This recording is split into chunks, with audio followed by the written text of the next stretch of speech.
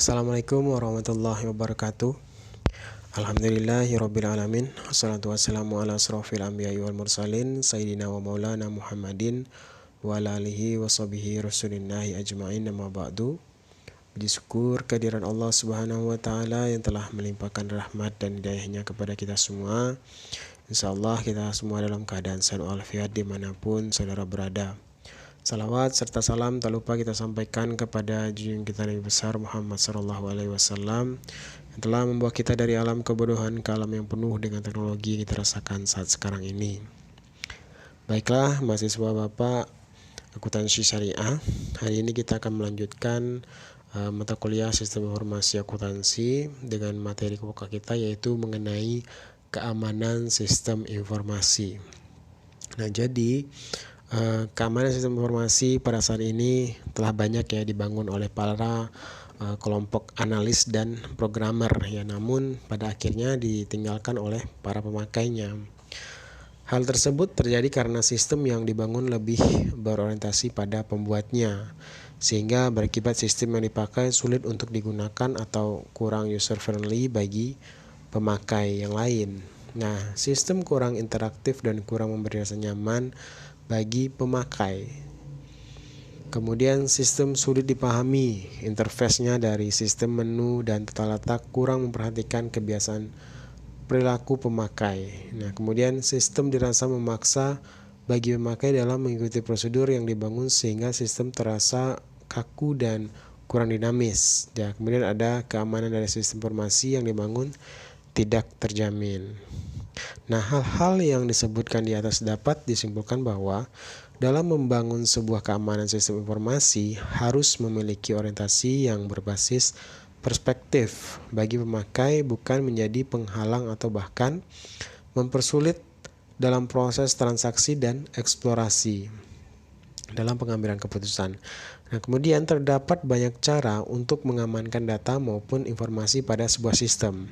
Nah, pengamanan data dapat dibagi menjadi dua, yaitu pencegahan dan pengobatan. Nah, pencegahan ini bisa dilakukan supaya data tidak rusak, hilang, atau dicuri. Sementara pengobatan dilakukan apabila data sudah terkena virus, sistem terkena worm, dan lubang keamanan sudah dieksploitasi. Nah, keamanan sebuah sistem informasi merupakan suatu hal yang harus diperhatikan.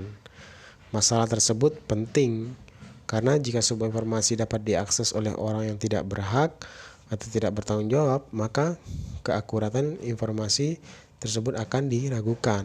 Nah, bahkan akan menjadi sebuah informasi yang menyesatkan. Nah, baiklah kita akan masuk kepada tinjauan kelas terlebih dahulu.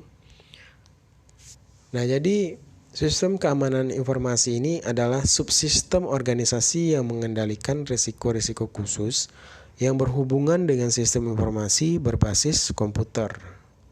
Kemudian sistem keamanan komputer ini dia mempunyai unsur-unsur dasar setiap sistem informasi seperti perangkat keras, ada database, kemudian ada prosedur-prosedur dan laporan-laporan. Nah, apa tujuan hasil sasaran belajar kita pada hari ini? Yang pertama yaitu ya kita harus mampu menguraikan pendekatan umum untuk menganalisis kerawanan dan ancaman-ancaman di dalam sistem informasi. Kemudian kita harus mampu mengidentifikasi ancaman-ancaman pasif dan aktif sistem informasi. Kemudian ada yang disebut sebagai kita juga harus mampu mengidentifikasi aspek kunci sistem keamanan informasi. Dan yang berikutnya yaitu kita juga harus mampu nanti membahas kontingensi perencanaan dan praktek pengelolaan risiko bencana lainnya. Baik, kita akan masuk kepada sasaran yang pertama, yaitu kita harus mampu untuk menguraikan pendekatan umum untuk menganalisis kerawanan dan ancaman-ancaman di dalam sistem informasi. Kemudian kita masuk kepada daur hidup sistem sekuritas informasi. Nah, sistem keamanan komputer ini dikembangkan dengan menerapkan metode-metode yang telah mapan, yang terdiri dari analisis sistem, kemudian desain, implementasi dan operasi, evaluasi serta kendali. Kemudian bisa dilihat pada siklus hidup sistem keamanan informasi berikut ini, di mana pada fase hidup seperti analisis sistem, sasarannya adalah analisis kerentanan sistem informasi terutama yang berhubungan dengan hambatan dan kerugian yang mungkin timbul. Kemudian ada fase siklus hidup perancangan sistem. Sasarannya adalah perancangan, pengukuran keamanan dan rencana kontingensi untuk mengatasi kerugian. Kemudian yang berikutnya ada fase siklus hidup berikutnya ada implementasi sebuah sistem. Sasarannya yaitu untuk mengimplementasi ukuran keamanan seperti rancangan. Ya, rancangannya seperti apa. Kemudian fase siklus hidup berikutnya ada operasi, evaluasi, dan pengendalian sistem. Sasarannya adalah operasi sistem dan penilaian efektivitas serta efisiensinya. Perubahan ini sesuai dengan kondisi yang dibutuhkan. Baik, saya lanjutkan ini mengenai sistem keamanan informasi di dalam sebuah organisasi. Nah, sistem keamanan informasi ini harus diatur oleh seorang kepala petugas keamanan atau disebut sebagai Chief Security Officer, ya. Ini dia bertugas untuk menjaga independensinya, ya. CSO harus bertanggung jawab secara langsung kepada Dewan Direktur. Nah, di mana laporan-laporan CSO harus meliputi semua tahap siklus daur hidup. Adapun analisa kerentanan dan ancaman, ya, ada dua pendekatan dasar yang dipakai untuk meneliti kerentanan dan ancaman sistem informasi. Yang pertama ada pendekatan kuantitatif untuk penaksiran risiko, kemudian ada pendekatan kualitatif, ya. Nah, di dalam pendekatan kuantitatif untuk penaksiran risiko, setiap kemungkinan kerugian dihitung sesuai hasil biaya kerugian perorangan dikalikan dengan kemungkinan munculnya, ya. Kemudian terdapat beberapa kesulitan di dalam penerapan pendekatan kuantitatif untuk menaksirkan sebuah kerugian. Yang pertama yaitu kesulitan mengidentifikasi biaya relevan per kerugian dan kemungkinan kerugian yang terkait. Kemudian, kesulitan menaksir kemungkinan dari suatu kegagalan yang memerlukan peramalan masa depan. Kemudian, pendekatan kualitatif. Nah, ini untuk menaksirkan risiko yang dilakukan dengan mengurutkan kerentanan dan ancaman sistem dan menyusun secara subjektif. Ya, secara subjektif menurut sumbangan mereka terhadap kemungkinan total kerugian dari sebuah perusahaan. Kemudian, terlepas metode yang digunakan, setiap analisis harus mencakup kemungkinan kerugian untuk masalah yang berikutnya. Ya, yang pertama itu ada seperti gangguan bisnis, ya. Kemudian ada kehilangan perangkat lunak, ya. Kemudian ada kehilangan data, kehilangan perangkat keras yang ada dalam komputer, kemudian ada kehilangan fasilitas dan kehilangan layanan dan pegawai. Nah, itulah mungkin yang menjadi sasaran pelajaran yang pertama. Kemudian kita masuk kepada sasaran belajar kita yang kedua, ya, yaitu di mana kita mengidentifikasi ancaman-ancaman pasif dan aktif sistem informasi. Nah, apa yang dimaksud dengan kerentanan? Ya. Kerentanan adalah suatu kelemahan di suatu sistem, ya. Sedangkan yang disebut dengan ancaman adalah suatu eksploitasi potensial kerentanan sebuah sistem. Nah, ada dua kategori ancaman sistem. Yang pertama adalah ancaman aktif dan ancaman pasif. Contoh dari ancaman aktif adalah penipuan komputer dan sabotase komputer. Kemudian contoh dari ancaman pasif adalah sistem yang bermasalah seperti karena bencana alam. Kemudian sistem bermasalah juga karena kegagalan peralatan dan komponen, ya.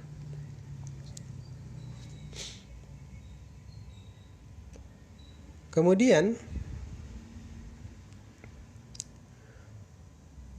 ini menyangkut mengenai individu yang menimbulkan ancaman sebuah sistem informasi. Nah, suatu serangan yang sukses di satu sistem informasi ini memerlukan akses ke perangkat keras, baik itu file data sensitif atau program kritis. Nah, kemudian ada 3 kategori individu yang bisa menimbulkan serangan ke sebuah sistem informasi. Yang pertama adalah karyawan sistem informasi itu sendiri, ya. Kemudian para pemakai dan kemudian ada pengganggu. Nah, karyawan sistem informasi itu siapa saja, ya? Yang pertama,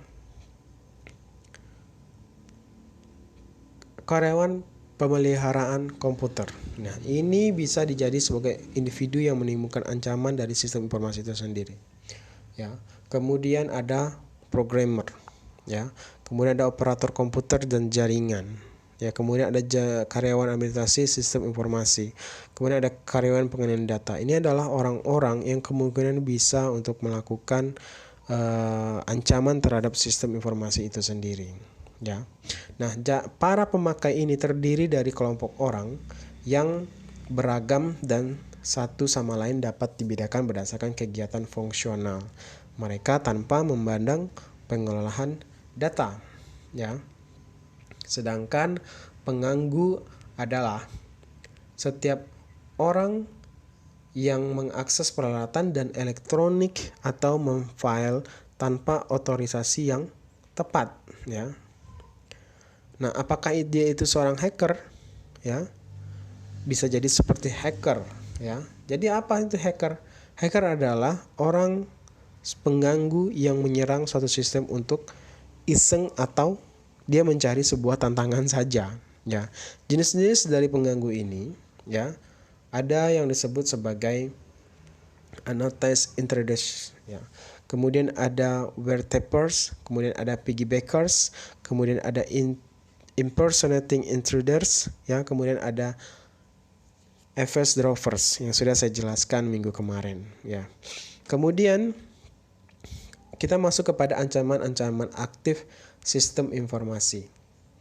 Ya, metode-metode yang biasa dipakai untuk melakukan penipuan sistem informasi diantaranya seperti manipulasi masukan, ya. Kemudian ada gangguan program, kemudian ada gangguan file secara langsung, ya. Kemudian ada pencurian data, kemudian ada melakukan sabotase, kemudian ada penggelapan atau pencurian sumber data, daya informasi. Nah, ini adalah metode-metode yang bisa dipakai untuk melakukan penipuan terhadap sistem informasi. Nah, dalam banyak kasus penipuan komputer, manipulasi masukan adalah metode yang paling banyak digunakan, ya. Di mana metode ini memerlukan paling sedikit kecakapan sebuah teknis. Nah, gangguan program barangkali metode yang paling sedikit digunakan untuk melakukan penipuan komputer. Nah, metode ini dia memerlukan keterampilan-keterampilan programming yang hanya dikuasai hanya oleh beberapa orang. Nah, apa itu yang dimaksud sebagai trapdoor, ya? Nah, trapdoor ini adalah suatu bagian program komputer yang mengizinkan atau membiarkan seseorang untuk mengakses program dengan melewati pengamanan normal program tersebut. Nah, gangguan file ini yang secara langsung terjadi ketika seorang menemukan jalan untuk membypass proses normal untuk pemasukan data ke program komputer. Kemudian ancaman-ancaman aktif sistem informasi yang lain yaitu pencurian data. Ya, pencurian data adalah masalah serius di dalam bisnis sekarang ini, ya. Di mana di dalam industri yang sangat kompetitif, informasi kuantitatif dan kualitatif tentang phishingnya terus-menerus dicari, ya. Sabotase komputer adalah suatu bahaya yang sangat serius bagi semua sistem informasi. Kemudian karyawan yang tidak puas. Nah, ini bisa menjadi para pelaku sabotase sistem informasi, ya, orang dalam. Ini adalah ancaman-ancaman yang mungkin saja terjadi dalam sebuah perusahaan. Beberapa metode dari sabotase yang biasa dilakukan yaitu seperti logic bomb, ya. Kemudian ada Trojan horse, kemudian ada virus program, ya, yang ini bisa saja ditanamkan atau dikirim oleh orang-orang yang tidak bertanggung jawab di dalam sebuah perusahaan, ya. Apa itu yang disebut sebagai worm, ya? Worm adalah suatu jenis dari virus komputer yang menyebar dengan sendirinya di atas suatu jaringan komputer, ya. Salah satu jenis penggelapan sumber daya komputer adalah ketika penggunaan sumber daya komputer perusahaan digunakan karyawan untuk urusan bisnis mereka sendiri.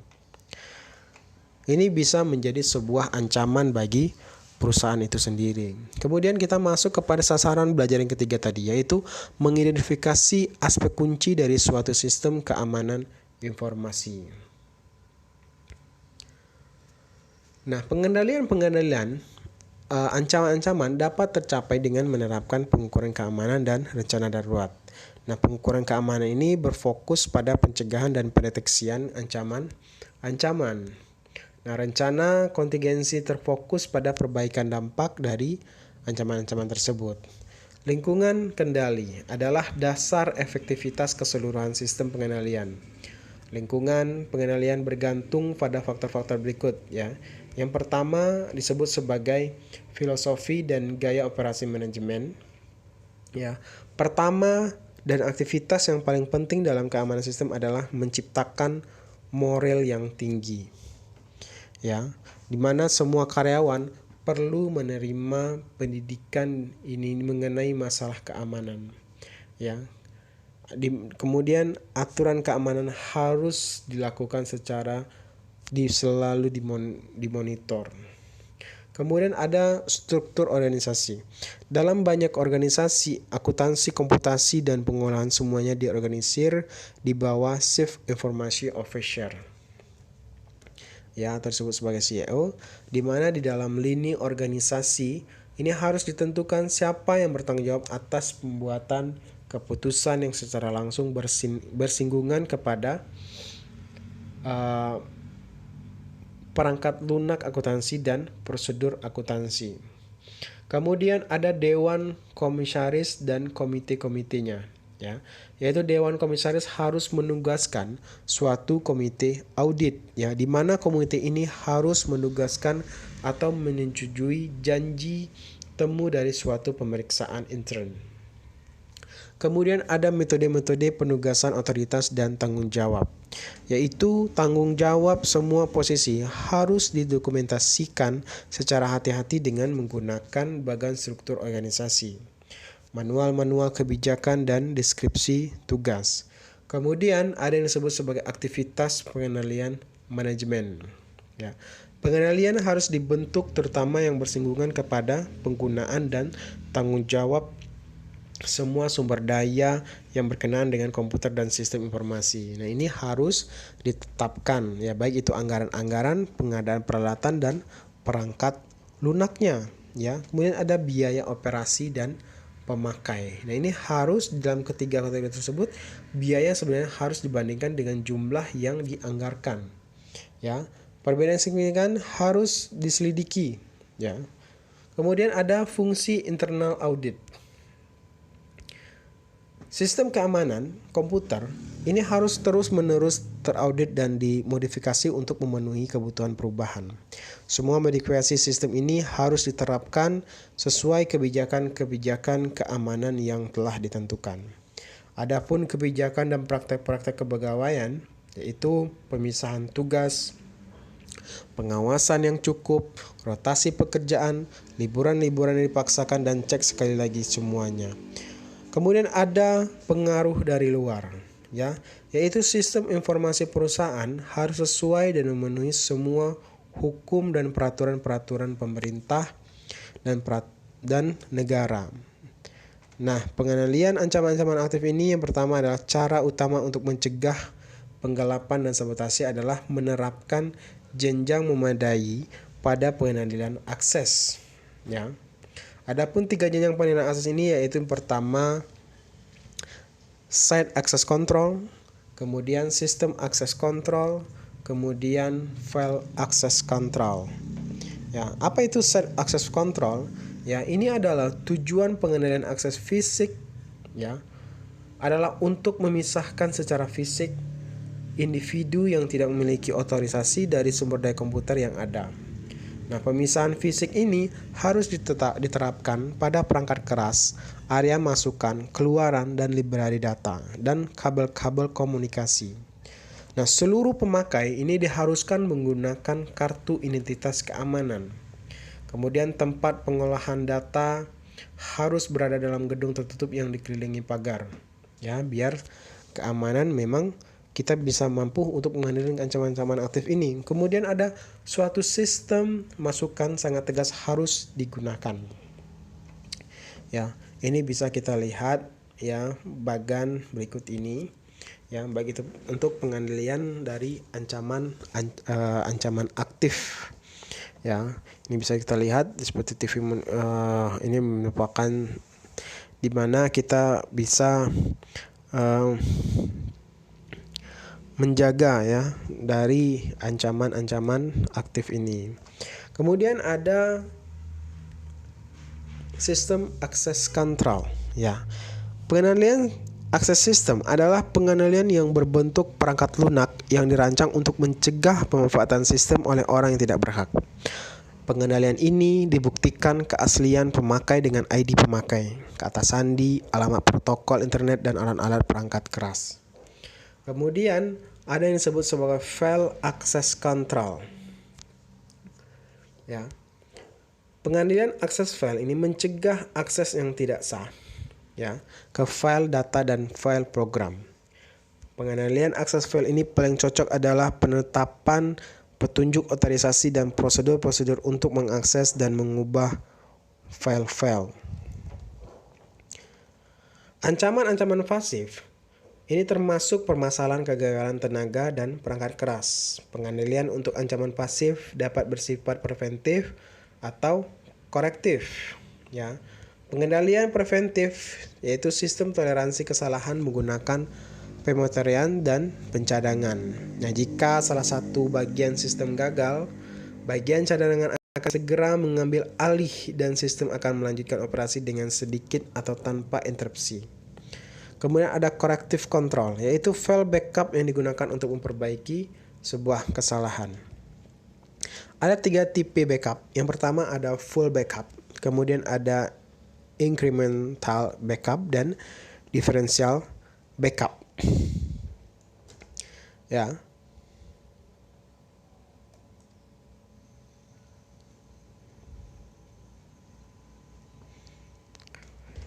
Baiklah.